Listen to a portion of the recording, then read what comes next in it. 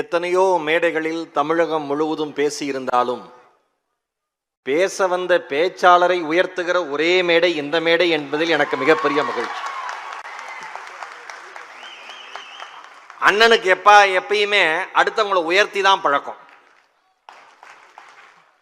ஏன்னா அவருடைய கைகள் கீழே விழுந்துவதற்காக இயற்கை குடித்த கைகள். உட்காருங்க உட்காருங்க உட்காரு. அண்ணன் கொந்தளிக்காதீங்க. நீங்க எந்த இடத்துல கொந்தளிக்கணும் நெறிப்படுத்துறதுக்கு தான் தலைவரே இங்க இருக்கார். நம்ம ஆளுங்க கொந்தளிக்க வேண்டிய இடத்துல கொந்தளிக்காம சாதாரண வாட்டர் பாட்டிலுக்கு பெருசா கொந்தளிக்காதீங்க. அன்பு அண்ணனே திருமா, அன்பு அண்ணனே திருமா, உங்களை போல் ஒரு தலைவர் பெயர் இனி தமிழக வரலாற்றில் வருமா? அன்பு அண்ணனே திருமா, உங்களை போல் ஒரு பெயர் இனி தமிழக வரலாற்றில் வருமா? உமை வாழ்த்த தமிழ் வார்த்தைகளை தருமா? உமை வாழ்த்த தமிழ் வார்த்தைகளை தருமா?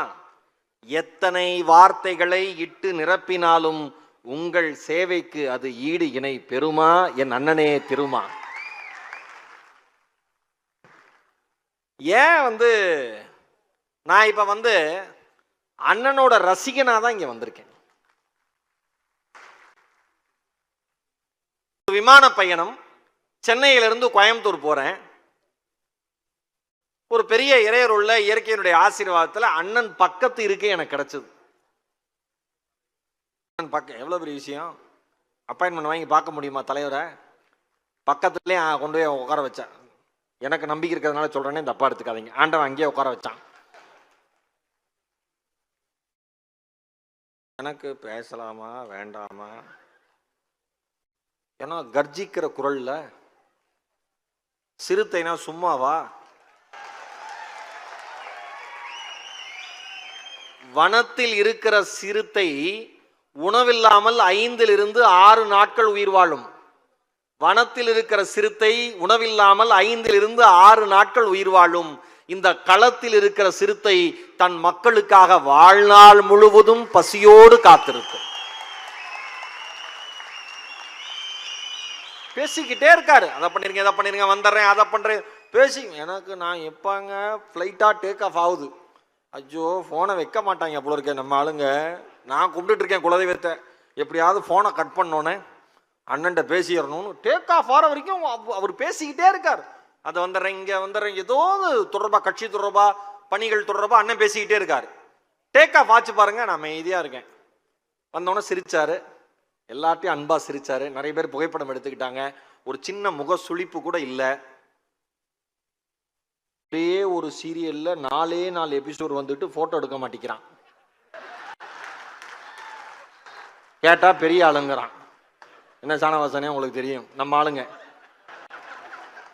போட்டோ எடுக்க மாட்டான். நான் செலிபிரிட்டி, நான்லாம் போட்டோ எடுக்க மாட்டேங்கிறான். ஒரு இனத்தை காக்க வந்த தலைவர் அத்தனை பேரிடமும் இன்முகத்தோடு புகைப்படம் எடுத்துக் கொள்கிறார். உள்ள வராரு, உக்காராரு, டேக் ஆஃப் ஆயிடுச்சுங்க. நான் அப்படியே மெல்ல திரும்புறேன். கைகளில் அலைபேசியில குறுஞ்செய்தி அனுப்பியபடி இந்த தலைவன் களைத்து அப்படியே உறங்குகிறான். ஒரு தாய் தன் குழந்தை உறங்குகிற பொழுது எப்படி ரசித்து பார்ப்பாளோ, இந்த தலைவன் உறங்கியதை அப்படி ரசித்து பார்த்தவன் அருகில் இருந்து.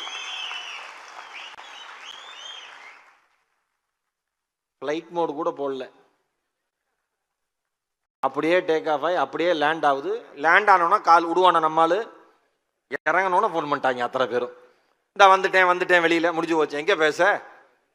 ஆனால் இயற்கை பாருங்க, மனிதன் மனதிற்குள் இருக்கிற நேர்மையான ஆழமான ஆசை ஒரு நாள் தலைவர் மேடையிலேயே, அதுவும் பிறந்த நாள் விழா மேடையிலேயே பேச வைக்கிற வாய்ப்பை வந்திருக்கிறது. பாவலனை என்னை கூப்பிட்டு நான் அசந்து போனேன். நான் பொதுவாக என்ன சொல்லுவாங்க, மக்கள் கஷ்டப்படுறப்ப எல்லாம் தலைவிதியா, உன் தலைவிதி, உங்கள் சமூகத்தோட தலைவிதி எப்படி இருக்கீங்க எல்லாம் சொல்லுவாங்களா? கலீல் ஜிப்ரான் சொன்னாரு, உழைத்து சிந்துகிற நெற்றியினுடைய வியர்வை, உழைத்து சிந்துகிற நெற்றியினுடைய வியர்வை உன் தலையில் இருக்கிற அத்துணை எழுத்துக்களையும் முற்றிலுமாக அழித்து விடும் என்று சொன்னார் கலீல் ஜிப்ரான். அதுதான் அண்ணன் பண்றார்.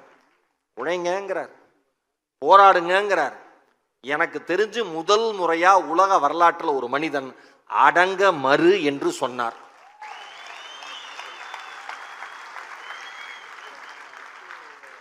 அந்த மாக்கு மேல ஒத்த கொம்பு இல்ல, ரெட்ட கொம்போட நாமெல்லாம் இருக்கணும். அதனால சுழிச்சு விட்டாரு. அடுத்தது அத்து மீறுனர். எதுக்கு அத்து மீறணும்? எதுக்கு அடங்க மறுக்கணும்? உன் உரிமைகளை யாராவது பறித்தால் அங்கே அடங்க மறு. உன் உரிமைகளை எதிர்த்து யாராவது கேள்வி கேட்டால், மறுத்தால், ஒடுக்கினால் அங்கே அத்து மீறு என்று சொல்லிக் கொடுத்த ஒப்பற்ற தலைவர் எங்கள் அண்ணன் திருமா. நேரத்தினுடைய அருமை கருதி நான் சீக்கிரம் முடிச்சிடுறேன். பேசுங்கன்னு சொல்றீங்க, எல்லாம் பெரிய பெரிய மனிதர்கள். நான் வீரமணி ஐயா, நான் பேச்சு போட்டியில் ஐயாட்ட பரிசு வாங்கியிருக்கேன். ஐயா எத்தனையோ பேருக்கு பரிசு கொடுத்துருப்பாரு, நான் பரிசு வாங்கியிருக்கேன். லட்சுமி ராமகிருஷ்ணன் மேம் வந்து நிகழ்ச்சி பார்த்துருக்கேன். ஆலோசனை வசனோட நல்ல பழக்கம். தேனிசை தென்றல் தேவா ஐயா, இந்த குரலுக்கு ஈடு இணை இருக்கா? என்ன அருமையான குரல். இங்க வந்து அப்புறம் தேசிய விருது பெற்ற ஸ்ரீகாந்த் தேவா அவர்கள், எவ்வளோ பெரிய விஷயம். எல்லாம் அவ்வளோ அற்புதமான மனிதர்கள். சொல்லுவோம்ப்பா, ஒரு இயல்பான நடிப்புக்கும் இயல்பான பேச்சுக்கும் இயல்பான மனசுக்கும் சொந்தக்காரர் எங்கள் அன்பு தந்தை ராஜ்கிரண் அவர்கள். அவர் சிரிச்சு கையெடுத்து கும்பிடுறப்பே பாருங்க, இப்பதான் ஸ்கூலுக்கு போற மாதிரியே இருக்கும். அப்படி ஒரு குழந்தை முகம். இப்ப நான் அந்த வரப்ப எனக்கு வந்து கவிக்கோ அப்துல் ரஹ்மான் ஐயாவோட கவிதை ரொம்ப பிடிக்கும். அதை படிச்சுக்கிட்டே இருக்கிறப்ப எனக்கு ஒரு கவிதை படித்தேன். அப்போ வந்து எனக்கு அண்ணன் ஞாபகம் தான் வந்துச்சு. இப்போ வந்து அண்ணனை மாதிரி வரணும்னு எல்லாரும் ஆசைப்படலாம், தப்பு இல்லை. ஆனால் அதுக்கு உழைக்கணும், களத்தில் நிற்கணும். ஆசை மட்டும் படப்படாது. ஏன் படப்படாது? அது எடுபடாது. ஏன் எடுபடாது? ஏன்னா இவருக்கும் மக்களுக்கும் உள்ள உறவு விடுபடாது. பாதகம் செய்பவரை கண்டால் நாம் பயங்கொள்ளலாகாது பாப்பா. மோதி மிதித்து விடு பாப்பா, அவர் முகத்தில் உமிழ்ந்து விடு பாப்பா.